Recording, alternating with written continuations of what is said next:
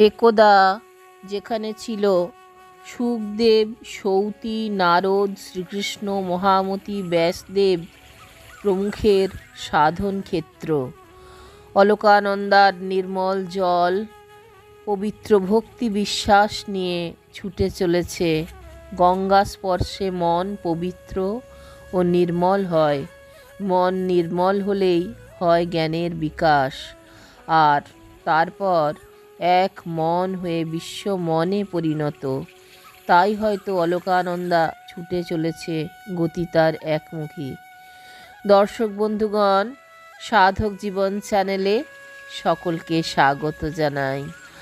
আজকের পর্বে ব্যাস তীর্থ বদ্রীনারায়ণের কথা। রুদ্রপ্রয়াগ থেকে আলাদা হয়ে গেছে পথ বদ্রীনারায়ণের, আর তারপরেই অলকানন্দা আর কর্ণগঙ্গার মিলন ঘটেছে কর্ণপ্রয়াগে। তারপর নন্দপ্রয়াগের পর চামলি, তারপর পিপলকোঠি, তারপরে যোশীমঠ। উচ্চতা 6150 ফুট। নিচেই বিষ্ণুপ্রয়াগ, অলকানন্দা আর বিষ্ণুগঙ্গার সঙ্গমস্থল। পুরাণের মতে এটাও দেবর্ষি নারদের তপস্যা ভূমি। শ্রীবিষ্ণুর তপস্যা করে এখানে সর্বজ্ঞত্ব বর লাভ করেন নারদ।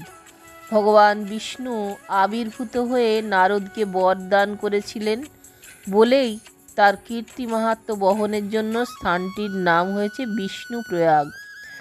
বদরিকাশ্রমের প্রবেশদ্বার এই বিষ্ণুপ্রয়াগে। বদরি ক্ষেত্রের শুরু এখান থেকেই। আর এবার প্রাচীন হিন্দু তীর্থ যোশীমঠ।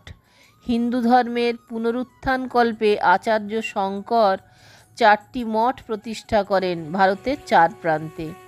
দ্বারকায় স্থাপন করেন সারদা মঠ, রামেশ্বরে সিঙ্গেরি মঠ, পুরীতে গোবর্ধন মঠ, আর হিমালয়ের উত্তরাখণ্ডে যোশীমঠ। এই মঠের প্রাচীন নাম জ্যোতির্মঠ বা জ্যোতির্ধাম। আচার্যের বৈদিক ধর্ম পুনঃপ্রবর্তনের প্রধান কেন্দ্র ছিল এই মঠটি। সেখান থেকেই ধর্মপ্রচারের অভিযান চালান তিনি। তারপরে গোবিন্দঘাট, 18 কিলোমিটার পেরিয়ে গোবিন্দঘাট। শিখদের পবিত্র তীর্থক্ষেত্র এই গোবিন্দঘাট। একদা শিখ ধর্মগুরু গোবিন্দ সিংজি কয়েকজন ভক্তসহ তপস্যা করেছিলেন সেখানে। ওখান থেকে বদ্রীনারায়ণ খুব বেশি দূরে নয়। গোবিন্দঘাট থেকে তারপরে হচ্ছে পাণ্ডুকেশ্বর। পাণ্ডু রাজার তপস্যা ক্ষেত্র ছিল হিমালয়ের কোলে এই বদ্রীনারায়ণের পথে। প্রবাদ আছে, মহারাজ পাণ্ডু তপস্যা করেন আশুতোষের দর্শন পাবার জন্য। ব্যাস তীর্থ ভারত ঋষি মহামতি ব্যাসদেবের পদধূলিপুত নারায়ণ ক্ষেত্র বদ্রীনারায়ণ। উচ্চতা 10,350 ফুট। অপূর্ব অনন্ত সৌন্দর্য এই তীর্থ হিমালয়ের। চারদিকে পাহাড়ে ঘেরা ছোট্ট জনপদ বদ্রীনারায়ণ। অলকানন্দা হিমালয়ের বুকে বয়ে গেছে অনাগত অনিশ্চিত কালেও। যেমন মানুষের জীবন বয়ে যায় অনেক ঘটনার সাক্ষী হয়ে অনিশ্চিত জীবন পথে। বিষ্ণুগঙ্গা আর সরস্বতী ধারার মিলিত জলস্রোতে উৎপন্ন গঙ্গার উপনদী এই অলকানন্দা। বসুধারা জলপ্রপাতই এর উৎস। এই অলকানন্দার পাশ দিয়েই ধাপে ধাপে উঠে গিয়েছে সিঁড়ি। সিঁড়ির শেষেই বদ্রীনারায়ণ মন্দির। মাঝখানে কারুকার্য খচিত বিরাট সিংহদ্বার। মন্দির প্রাঙ্গণের বাঁ পাশে প্রতিষ্ঠিত আচার্য শঙ্করের মূর্তি। প্রাঙ্গণের মাঝখানে নারায়ণের মন্দির। মন্দিরের মণিময় আসন সুসজ্জিত দেব বিগ্রহ শালগ্রাম শিলায়। নিকষ কালো পাথরের বিগ্রহ, উচ্চতায় 3 ফুট 9 ইঞ্চি। বহুমূল্যের মণিমুক্তা খচিত অলঙ্কার দিয়ে ঢাকা বদ্রীনারায়ণের দেহ। মাথায় সোনার ছাতা, সোনার মুকুট, কেউরে কুণ্ডলে কঙ্কনে অপরূপ শোভা। বিগ্রহের ডান পাশে ধনাধিপতি কুবের ও উদ্ভব, বাঁ পাশে নর ও নারায়ণের ঋষি আর নারদ মহালক্ষ্মী। বিগ্রহের সামনেই গরুড়দেবের রূপোর মূর্তি। মন্দিরে জ্বলছে সারি সারি ঘিয়ের প্রদীপ। সুগন্ধি চন্দন আর কস্তুরী সৌরভে সদাই ভরপুর মন্দির।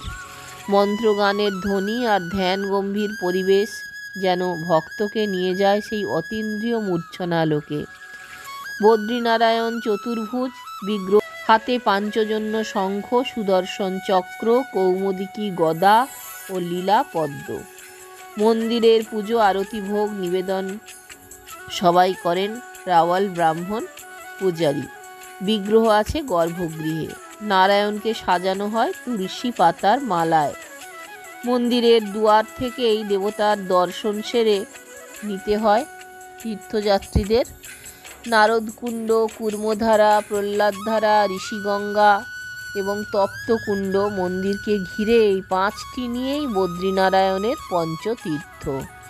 নীলকণ্ঠ পর্বতের পাদদেশে বদ্রীনারায়ণ মন্দিরের দুপাশে দাঁড়িয়ে আছে নর ও নারায়ণ নামে 2টি পাহাড়। বৈশাখ মাসের অক্ষয় তৃতীয়াতে খোলা হয় মন্দিরের দরজা।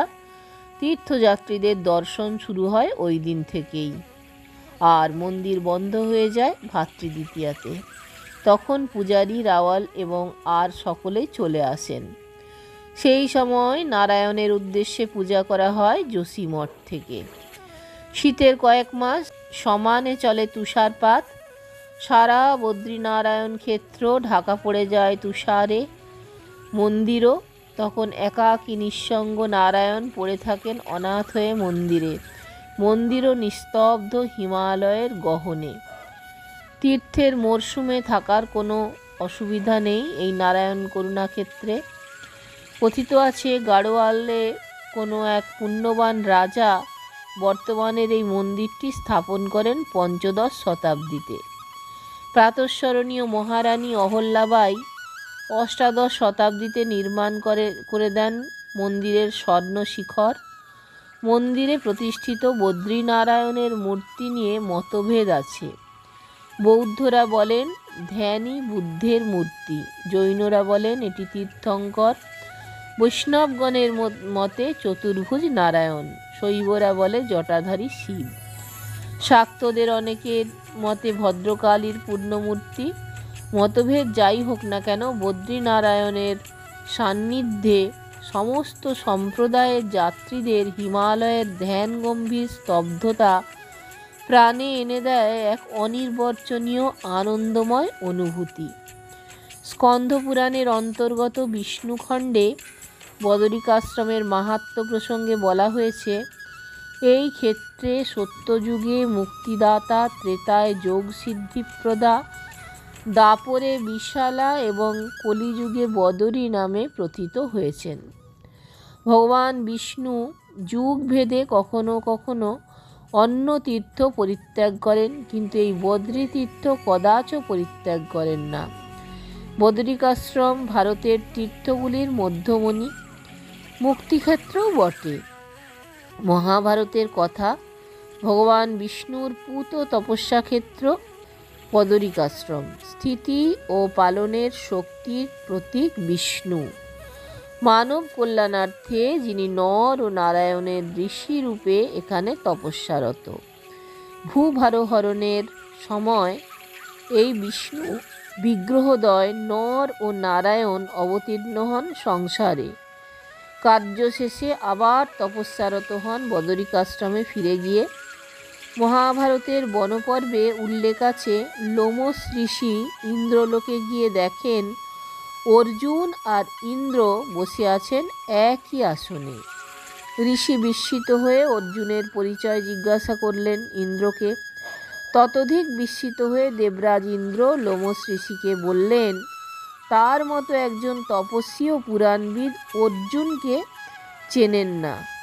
ঋষিকে ইন্দ্র জানালেন, প্রাচীন ঋষিদের নর ও নারায়ণ পৃথিবীর ভার হরণের জন্য কুরুকুলে নর ঋষি অর্জুন রূপে এবং যদুকুলে কৃষ্ণ রূপে অবতীর্ণ হয়েছেন নারায়ণ ঋষি। দিব্য অস্ত্র সংগ্রহের জন্য সম্প্রতি স্বর্গে এসেছেন অর্জুন। সেই জন্য বদরীক্ষেত্রের অধিষ্ঠিত দেবতা নর ও নারায়ণ ঋষি রূপী স্বয়ং বিষ্ণু। পুরাণে আছে, ঋষি মার্কণ্ডেয় এবং গরুড়দেবও তপস্যা করেছিলেন এই বদরিকাশ্রমে। গরুড় গঙ্গা তার নামের পুণ্য স্মৃতি বহন করছে আজও। শ্রীকৃষ্ণ 12 বছর কঠোর তপস্যা করেছিলেন সেখানে। উদ্ধবের তপস্যা ক্ষেত্রেও এই বদরিকাশ্রম। লীলা সংবরণের কিছু পূর্বে শ্রীকৃষ্ণ এখানে তপস্যার জন্য পাঠিয়ে দেন উদ্ধবকে। বিভিন্ন তীর্থ কীর্তনের সময় ধৌমমুনি বদরিকাশ্রমের প্রসঙ্গে নিষ্পাপ পাণ্ডুনন্দনকে বলেছিলেন, ভরতশ্রেষ্ঠ যে নারায়ণ ভূত ভবিষ্যৎ ও বর্তমান স্বরূপ এবং যিনি সর্বব্যাপক বিষ্ণু নিত্য পুরুষোত্তম পুণ্যজনক ও বিশাল বদরিকাতে সেই মহা যশা নারায়ণের ত্রিভুবন বিখ্যাত পুণ্য আশ্রয় রহিয়াছে, ইহা মুনিরা বলিয়া থাকেন। পূর্বকালে বিশাল বদরিকাশ্রমে গঙ্গার জল কখনো উষ্ণ এবং কখনো শীতল ছিল, আর তার বালিগুলিও স্বর্ণময় ছিল। মহাভাগ্যশালী ও মহাতেজা দেবগণ ও ঋষিগণ যেখানে আসিয়া প্রত্যহ প্রভু নারায়ণ দেবকে নমস্কার করে থাকেন।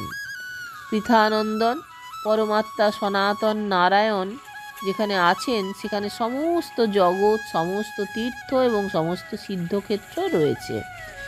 যেখানে সিদ্ধ দেবর্ষিগণ এবং সকল তপস্বীগণ অবস্থান করেন, যেখানে আদিদেব ও মহাযোগী নারায়ণ অবস্থান করেছিলেন, অতএব এই স্থানটি পুণ্য স্থানের মধ্যে পুণ্যতম।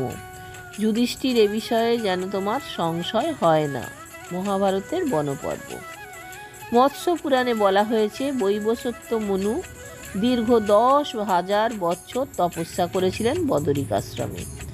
ঐতিহাসিক যুগে এই বদরিকাশ্রমে বসেই আচার্য শঙ্কর ব্রহ্মসূত্র, দ্বাদশ উপনিষদ, ভাগবত গীতা, বিষ্ণু সহস্রনাম ও সনত সুজাতীয় এই 16খানি প্রসিদ্ধ গ্রন্থের ভাষ্য রচনা করেন। আচার্য ব্যাসতীর্থ এই বদরিকাশ্রমে বসে 4 বছরের মধ্যেই এ সকল কাজগুলি সম্পন্ন করেন, প্রায় 1238 বছর আগে। বদরিকাশ্রমের অন্তর্গত মানাগ্রাম বদ্রীনারায়ণের মন্দির থেকে মাত্র 8 কিলোমিটার। সেখানেই ব্যাসদেবের তপস্যা ক্ষেত্র, প্রাচীন ব্যাস গুহা আর বসুধারা জলপ্রপাত। কথিত আছে একদা ওই গুহায় বসেই প্রায় 4448 বছর আগে মহামতি ব্যাসদেব রচনা করেছিলেন তার অমর মহাকাব্য মহাভারত, 18খানা পুরাণ, ভাগবত, পাতঞ্জল, যোগ দর্শনের মহাভাষ্য, ব্রহ্মসূত্র, ঋক, সাম, যজুর আর অথর্ব নামে বেদ বিভাগ। সেখানে বসেই তিনি শুক্ল যজুর্বেদী ও শতপথ ব্রাহ্মণ সংকলন করেন।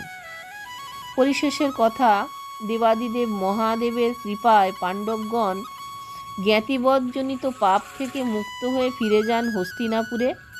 মহাভারতে উল্লেখ আছে রাজা যুধিষ্ঠির কুরুক্ষেত্র যুদ্ধের 36 বৎসর পর যখন যদুবংশ ধ্বংস হয় আর শ্রীকৃষ্ণ বলরাম লীলা সংবরণ করে অন্তর্নিহিত হন, তখন ব্যাসদেবের উপদেশে উত্তর দিকে, যেদিকে গেলে আর কেউ ফিরে আসে না, কখনো পঞ্চপাণ্ডব দ্রৌপদীকে সঙ্গে নিয়ে এগিয়ে গিয়েছেন সেই মহাপ্রস্থানের পথে। সঙ্গে ছিল তাদের ছদ্মবেশে কুকুররূপী ধর্মরাজ। কাহিনীটি কেদারখণ্ডের। কেউ কেউ বলেন যুধিষ্ঠির যে পথ দিয়ে গিয়েছেন সেই পথটা শতপথ নামেই পরিচিত। এ পথ অতি দুর্গম, রয়েছে তুষার স্তূপের পর তুষার স্তূপ।